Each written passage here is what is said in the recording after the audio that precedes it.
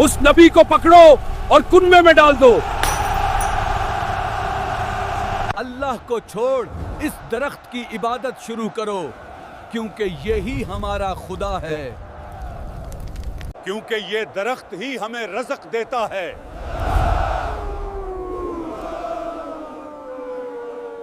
आज हम एक ऐसी कौम की दास्तान सुनने जा रहे हैं जिसका जिक्र कुरान मजीद में आया है। ये कहानी ना सिर्फ खौफनाक है बल्कि इबरत से भरी हुई भी है। ये है असहाबे रस, वो लोग जिन्होंने अपने नबी को जिंदा कुएं में दफन कर दिया। कुरान पाक में इनका जिक्र 2 जगह आया है, सूरतुल फरकान आयत नंबर 38 और सूरत काफ आयत नंबर 12 में। अल्लाह ताला ने बताया कि ये लोग अपने रसूल को झुटलाने की वजह से हलाक कर दिए गए। ये वाक़या बहुत पुराने ज़माने का है, हज़रत सुलेमान अलैहिस्सलाम के बाद के दौर का। मशरिक़ की तरफ एक नहर बहती थी जिसे नहर रस कहा जाता था। इस नहर के किनारे 12 बड़ी बस्तियां आबाद थीं। पानी वाफिर था, ज़मीन ज़रखेज़ थी और लोग खुशहाल ज़िंदगी गुजार रहे थे। लेकिन खुशहाली ने उन्हें गुरूर में मुब्तला कर दिया। उन्होंने अल्लाह को छोड़कर एक दरख्त की इबादत शुरू कर दी। ये सनोबर का एक बड़ा दरख्त था जिसे वो शाह दरख्त कहते थे। वो समझते थे कि ये दरख्त उनकी ज़िंदगी और रिज़्क़ का ज़रिया है। हर साल एक ख़ास दिन वो सब इस दरख्त के गिर्द जमा होते, रेशमी कपड़े बांधते, जानवर ज़बाह करते, नाच गाना होता और आहिस्ता आहिस्ता वो गुनाहों और बदकारी में डूबते चले गए।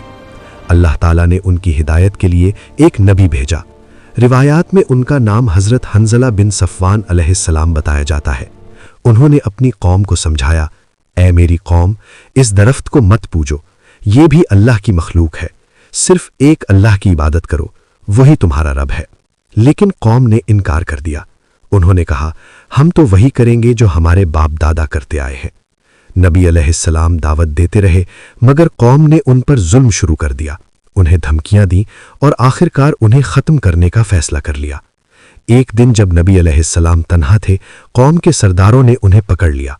उन्होंने सोचा कि अगर कत्ल करेंगे तो लोग सवाल करेंगे, इसलिए उन्होंने एक खौफनाक मंसूबा बनाया। वो नबी अलैहिस्सलाम को एक गहरे कुएं के पास ले गए जिसे अल रस कहा जाता था। उन्होंने नबी को जिंदा हालत में इस कुएं में धकेल दिया और ऊपर से मिट्टी और पत्थर डालकर कुआं बंद कर दिया। लफ्ज़ रस का मतलब ही है किसी को दफन करना या छुपा देना। इसी वजह से ये कौम असहाबे रस कहलाई। ये जुल्म बहुत बड़ा था। अल्लाह ताला का अजाब नाजिल होने में ज़्यादा देर न लगी।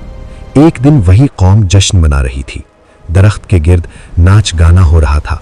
अचानक एक खौफनाक सुर्ख आंधी आई, ज़मीन ज़ोर ज़ोर से लरजने लगी, कुएं का पानी उबल पड़ा। फिर अल्लाह का अजाब आया। सारी बस्तियां ज़मीन में धंसा दी गईं। महल्लात, बागात, लोग सब खत्म हो गए। यूं लगता था जैसे वो कौम कभी थी ही नहीं। रिवायात के मुताबिक उनकी बस्तियों में कई साल तक कोई इंसान न रहा और वो जगहें वीरान हो गईं। असहाबे रस की कहानी हमें ये सबक देती है, नबी की नाफरमानी और जुल्म का अंजाम बहुत खौफनाक होता है। शिर्क इंसान की अक्ल और दिल को अंधा कर देता है। अल्लाह की मोहलत को कमज़ोरी न समझना चाहिए।